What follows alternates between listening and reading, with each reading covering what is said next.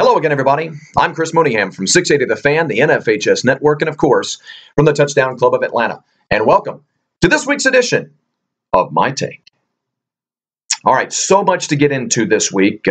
We're doing double duty this week with our My Take segments. This one, another primer to get you ready for the state playoffs inside the 6A classification this week. Okay, so much to get into. Feel free to rewind if I go through a region very, very quickly and your particular team is in that region and you want it to be dissected. I'm going to try to keep this thing to 6 minutes if I can, but that's going to be complicated with these 8 incredible regions. All right.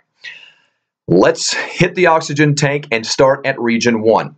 Colquitt and Camden, both in the playoffs. They play each other this week for the region championship. Loser grabs the number 2 seed. Tift County is out of the playoffs. Valdosta beats Lee County this week, and the Wildcats are in. Lowndes beats Tift, and the Vikings are in. If one of those two teams lose, then it becomes a little bit of a free-for-all. Lee County knows if they win, that most likely they'll get into the playoffs. The Valdosta-Lee County game, not quite an elimination ball game where the winner's in and the loser's out, but it's very, very close. Okay, Region 2 is really simple to explain, but not simple to figure out. Newton, Tucker, Lovejoy, they've all beaten each other, and they're all tied atop the region.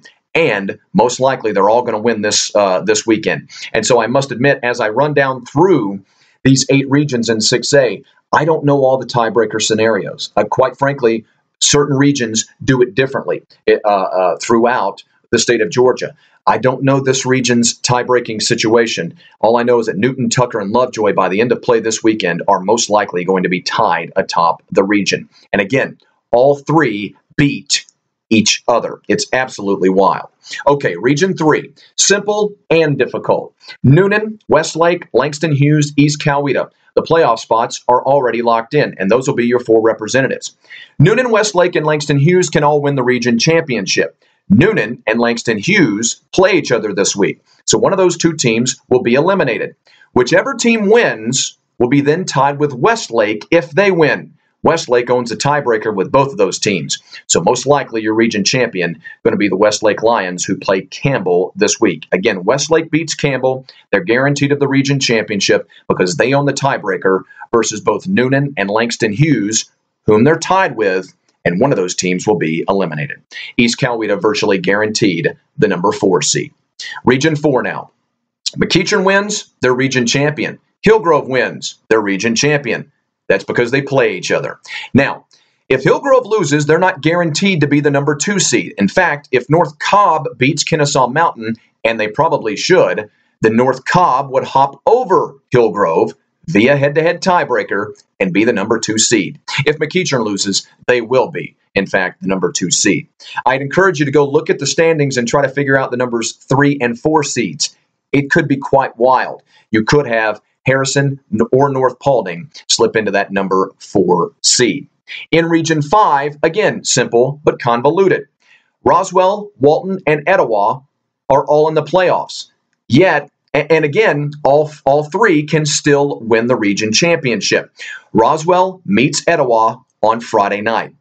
Roswell wins, they're the region champion. If Etowah wins and Walton does too, they play Cherokee, and they should win that matchup. All 3 are tied, and it comes down to a tiebreaker. Lassiter, Wheeler, and Milton, all tied at the bottom of the region, or at least in a battle for the number 4 seed. Simple in that if Wheeler beats Lassiter, they're in the playoffs as the number 4 seed. If Lassiter wins, there's no guarantee that they make the playoffs, because then if Milton beats Pope, Wheeler drops out, but Lassiter and Milton are tied, and Milton owns the tiebreaker. Region 6 now. Lambert and South Forsyth meet this week for the region championship. The loser, not guaranteed the number 2 seed, but the winner will be the region champion. West Forsyth, Centennial, Northview, and Johns Creek all still have a shot at reaching the playoffs. A free-for-all inside of that Region 6. Region 7 is actually incredibly easy to figure out. Surprisingly simple. Peachtree Ridge at Mill Creek for the region championship. Loser gets the number 2 seed.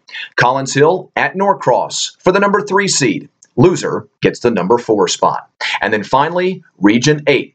Grayson and Archer already in the playoffs. The Rams have won the region championship, and Archer is guaranteed the number 2 seed. But things get far more convoluted after that. Brookwood, Central Gwinnett, Decula, and even Parkview can all get the number 2 spots. So how does it work? Well, Brookwood plays Archer. They're most likely going to lose that football game. I mean, no offense to the Broncos. Central Gwinnett has Berkmar, and they're most likely going to win that football game.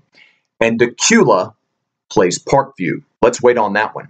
Let's assume that Brookwood does lose to Archer and Central beats Berkmar, which is probably what happens. The Black Knights will be the number 3 seed, and the Broncos will be out, which means then that the winner of Decula and Parkview gets the number 4 seed and reaches the 2015 state playoffs. What a wild, and I mean wild, 3 days it's going to be, Thursday, Friday, and Saturday, across the state of Georgia. And we'll have a full recap, of course, coming up for you next week on My Take.